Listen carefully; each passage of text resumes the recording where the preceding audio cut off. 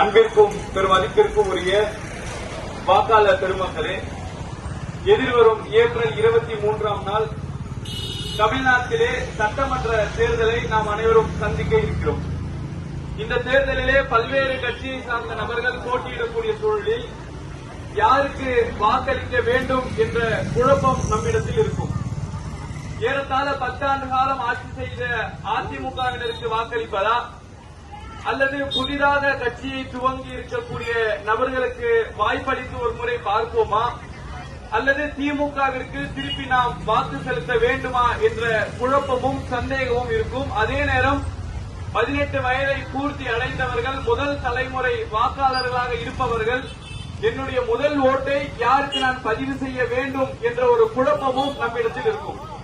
அப்படி என்றால் சற்று யோசித்து பாருங்கள், எதிர்வரக்கூடிய சட்டமன்ற தேர்தலிலே நாம் யாருக்கு வாக்களிக்க வேண்டும் என்பதை தெரிந்து கொள்ள வேண்டும் என்று சொன்னால், கடந்த 5 ஆண்டு காலத்திலே தமிழ்நாட்டிலே நடைபெற்ற ஆட்சியையும் தமிழ்நாட்டினுடைய முதலமைச்சர் முத்துவேல் கருணாநிதி ஸ்டாலின் என்ற முதலமைச்சர் இந்த மாநிலத்துக்காக செய்திருக்கக்கூடிய திட்டங்களையும் யோசித்து பார்த்து நீங்கள் யாருக்கு வாக்களிக்க வேண்டும் என்பதை இலகுவாக முடிவு செய்து கொள்ள முடியும். அப்படின்னா கொஞ்சம் யோசிச்சு பாருங்க, இந்த 5 ஆண்டு காலத்தில் எத்தனை திட்டங்களை தமிழ்நாட்டு முதலமைச்சர் அல்லது திமுகவினுடைய அரசாங்கம் நடைமுறைப்படுத்தி இருக்கிறது என்று யோசித்து பாருங்கள். ஏன்னு சொன்னா 5 ஆண்டு காலம் ஆயிடுச்சு. இந்த 5 ஆண்டு காலத்தில் நமக்கு என்னவெல்லாம் திட்டங்கள் கொண்டு வரப்பட்டது, எந்த சலுகைகளை எல்லாம் நாம் பெற்றோம் என்பதை மனிதர்களாக இருப்பவர்கள் இயல்பாகவே மறக்கக்கூடியவர்கள் என்பதால் மறந்தோம் போயிருப்போம். அப்படின்னா 2021 திமுக ஆட்சியை அமைக்கக்கூடிய நேரத்தில் பல்வேறு உயிரிழப்புகள் ஏற்படக்கூடிய கொரோனா என்று சொல்லக்கூடிய ஒரு பெரும் தொற்று உலக நாடுகள் முழுக்க இருந்துச்சு. எத்தனையோ வீட்டுல மரணங்கள் நடந்துகிட்டு இருந்துச்சு. அம்மாவுக்கு உடம்பு சரியில்லாம இருக்கும், புள்ள போய் பார்க்க மாட்டான், ஏன்னா கொரோனா எனக்கு பரவிடும் அப்படின்னு சொல்லிட்டு அம்மாவுக்கு உடம்பு சரியில்லைன்னா கூட பையன் போய் பார்க்க மாட்டான். பெத்த பிள்ளைக்கு உடம்பு சரியில்லைன்னா கூட போயிட்டு அம்மா போய் பார்க்க மாட்டாங்க, ஏன்னா கொரோனா பரவிடும், 2 பேருமே இறந்துருவோம் என்ற ஒரு அச்சம் உலக அளவுல எல்லா நாடுகளிலுமே இருக்கக்கூடிய சூழல்ல தான் 2021 திமுகவினுடைய ஆட்சி தமிழ்நாட்டில் அமையுது. தமிழ்நாட்டினுடைய முதல் முறையாக முதலமைச்சராக மு.க. ஸ்டாலின் அவர்கள் பொறுப்பேற்றுக் கொள்கிறார்கள். பொறுப்பேற்ற மாத்திரத்தில் தமிழ்நாட்டு மக்களுக்காக அவர் செய்த திட்டத்தை சற்று யோசித்து பாருங்கள். என்ன திட்டம்? கொரோனாவால் பாதிக்கப்படக்கூடியவர்களுக்கு அவர்களுடைய பொருளாதார விளிம்பு நிலை மிகவும் குறைவா இருக்கு, எங்கேயும் வியாபாரம் பார்க்க முடியல, கடையை திறக்க முடியல, சம்பாதிக்கிறதுக்கான வழி இல்ல, வீட்டுல நிறைய பொருட்களை வச்சிருக்கிறோம், போய் மார்க்கெட்ல விற்பனை செய்ய முடியல, ஏன்னா அங்க போய் வியாபாரம் பண்றதுக்கு உலக அளவுல தடை போட்டு வச்சிருக்கிறாங்க என்ற ஒரு சூழல் வரும்பொழுது, பொருளாதாரத்திலே தமிழ்நாடே பல்வேறு சிக்கல்களை சந்தித்திருக்கும் பொழுது, நம்முடைய முதலமைச்சர் அவர்கள் தேர்தல் வாக்குறுதியாக சொன்னதை போலவே ஆட்சிக்கு வந்தவுடனே குடும்பத்திற்கு 4000 ரூபாய் தொகையை கொடுத்தார். எதுக்காக மறந்துருப்போம். 4000 ரூபாய் கொடுத்தாரா, எப்ப கொடுத்தாரு யோசனை இருக்கும். சற்று யோசித்து பாருங்கள். 5 ஆண்டு காலத்திற்கு முன்பாக ஒவ்வொரு குடும்பத்திற்கும் 4000 ரூபாய் அவர்களுடைய வங்கி கணக்கிலே போடப்பட்டது. காரணம், என்னுடைய மாநிலத்தில் இருக்கக்கூடிய மக்கள், எனக்கு வாக்களித்த மக்கள் இந்த நேரத்திலே சிரமப்படக்கூடாது என்பதற்காக வழங்கினார். அதே போல இன்றைக்கு பெண்களுக்கு மாதம் 1000 ரூபாய் உரிமை தொகை வழங்கப்படுகிறது. அது எதற்காக? எத்தனையோ தாய்மார் இருக்கீங்க, எத்தனையோ சகோதரிகள் இருக்கீங்க. யோசிச்சு பாருங்க, உங்களுடைய கணவர் கிட்ட போய் நீங்க ஒரு 100 ரூபாய் கொடுங்கன்னு கேட்டா கூட தர யோசிப்பாரு. ஏன்? நான் வேலைக்கு போறேன், நான் சம்பாதிக்கிறேன், காலைல இருந்து நைட்டு வரைக்கும் ஒருத்தர் கிட்ட கை கட்டி வேலை பார்க்கிறேன், உனக்கு 100 ரூபாவை தூக்கி கொடுக்கணுமா, உனக்கு 500 ரூபாவை தூக்கி கொடுக்கணுமா என்று மனைவியாக இருந்தால் கூட அவங்களுக்கு ஒரு 100 ரூபாய் கொடுக்கறதுக்கு கூட மனைவி போயிட்டு கணவன் கிட்ட கேட்டுக்கிட்டே இருக்கணும். அந்த ஒரு நிலைமை இருந்துச்சு. இதை பார்த்த முதலமைச்சர் முடிவு செய்தார், உங்கள் கணவர் உங்களுக்கு பணம் தரவிட்டால் கூட உங்கள் சகோதரனாக நான் தருகிறேன் என்று சொல்லி மகளிர் உரிமை தொகை பேர் கூட உங்களுக்கு முதல்வர் கொடுக்கிறாரு, ஸ்டாலின் தொகை அப்படின்னு அறிவிக்கல, அது ஒவ்வொரு பெண்களுக்கும் வழங்க வேண்டிய உரிமை என்பதை உணர்ந்ததால் தான் மகளிர் உரிமை தொகை என்ற திட்டத்தை நம்முடைய முதலமைச்சர் அறிவிப்பு செய்தார். தமிழ்நாட்டிலே வாழக்கூடிய 2 கோடிக்கும் மேற்பட்ட பெண்களுக்கு மாதம் 1000 ரூபாயை அவர்களுடைய வங்கி கணக்கில் செலுத்திக்கிட்டு இருக்கிறாங்க. எதுக்காக சொன்னா, இங்க இருக்கக்கூடிய பெண்கள் முன்னேற வேண்டும் என்பதற்காக. எந்த கனவிலே நம்முடைய முதலமைச்சர் அந்த திட்டத்தை துவங்கினாரோ அதே போல இன்றைக்கு மாதம் தோறும் பெண்கள் பல 1000 ரூபாயை சேகரித்து வைத்திருக்கிறார்கள். அவர்களுக்கு இயன்றதை அவர்களுடைய கணவன்மார்கிட்ட போய் கையேந்தணும்னு அவசியம் இல்ல, பெற்ற புள்ள கிட்ட போய் கையேந்தணும்னு அவசியம் இல்ல, என்னுடைய முதலமைச்சர் தராரு, நான் அதை வச்சு எனக்கு தேவையானதை வாங்கிக்கிறேன் என்று சொல்லக்கூடிய ஒரு முடிவில் இருக்கும்.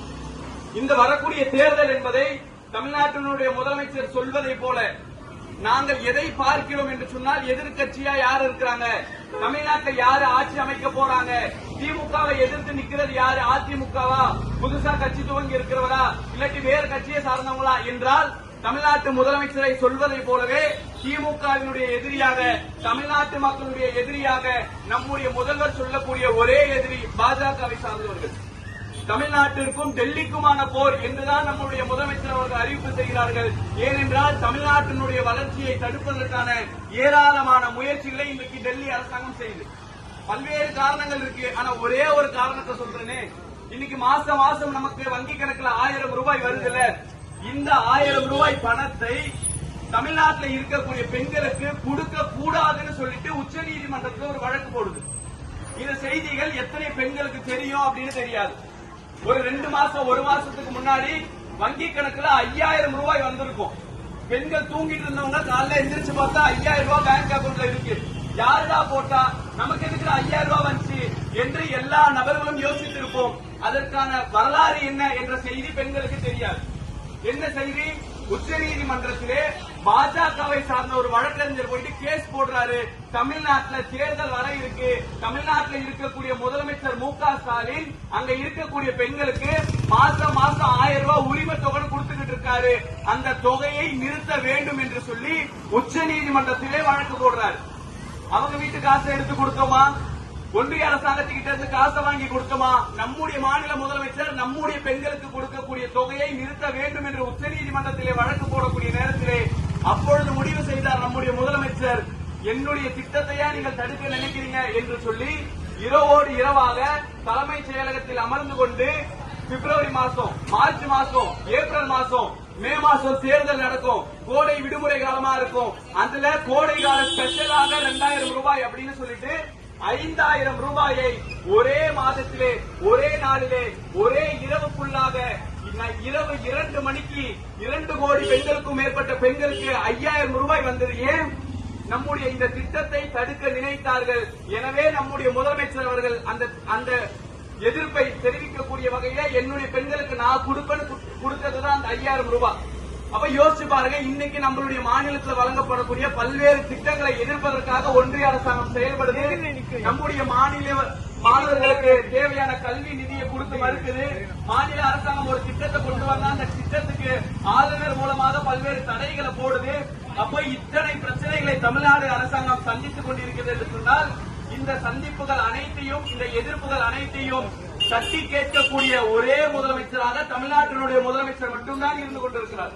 இது ஏதோ திமுக காரங்க வந்து பேசுறாங்கன்னு நீங்க எடுத்துக்க வேணாம். செய்திகள்ல பாருங்க, இந்தியாவில் இருக்கக்கூடிய எல்லா மாநிலத்து முதலமைச்சர்களையும் பாருங்கள், எந்த மாநிலத்து முதலமைச்சர் நாட்டினுடைய பிரதமரை எதிர்த்து கேள்வி கேட்கக்கூடியவர்கள் எத்தனை பேர் இருக்கிறாங்கன்னு யோசிச்சு நீங்க யாருக்கு தமிழ்நாட்டில் தேர்தலில் ஓட்டு போட போறீங்களோ அந்த தலைவர், அது எந்த கட்சியா வேணாலும் இருக்கட்டும், அந்த கட்சி தலைவர் இந்தியாவினுடைய பிரதமரை எதிர்த்து கேள்வி கேட்பாரா? தன்னுடைய மாநிலத்துக்கு ஒரு பிரச்சனை என்று சொன்னால் அந்த பிரச்சனையை தட்டி கேட்கக்கூடியவராக அந்த தலைவர் இருப்பாரா? நீங்கள் இருப்பார் என்று நம்பினால் அவருக்கு தாராளமாக வாக்களியுங்கள். திமுகவுக்கு ஏன் ஓட்டு போடணும்ன்றதுக்கு 1000 காரணங்கள் இருக்கு. ஆனால் மாநில உரிமைகள் மீட்கப்பட, தமிழ்நாட்டில் இருக்கக்கூடிய பெண்களுடைய வாழ்வாதாரம் முன்னேற, நம்முடைய மாநிலத்திலே இன்றைக்கு கல்வியிலே இந்தியாவிலே நம்பர் 1 மாநிலமாக, சூப்பர் ஸ்டார்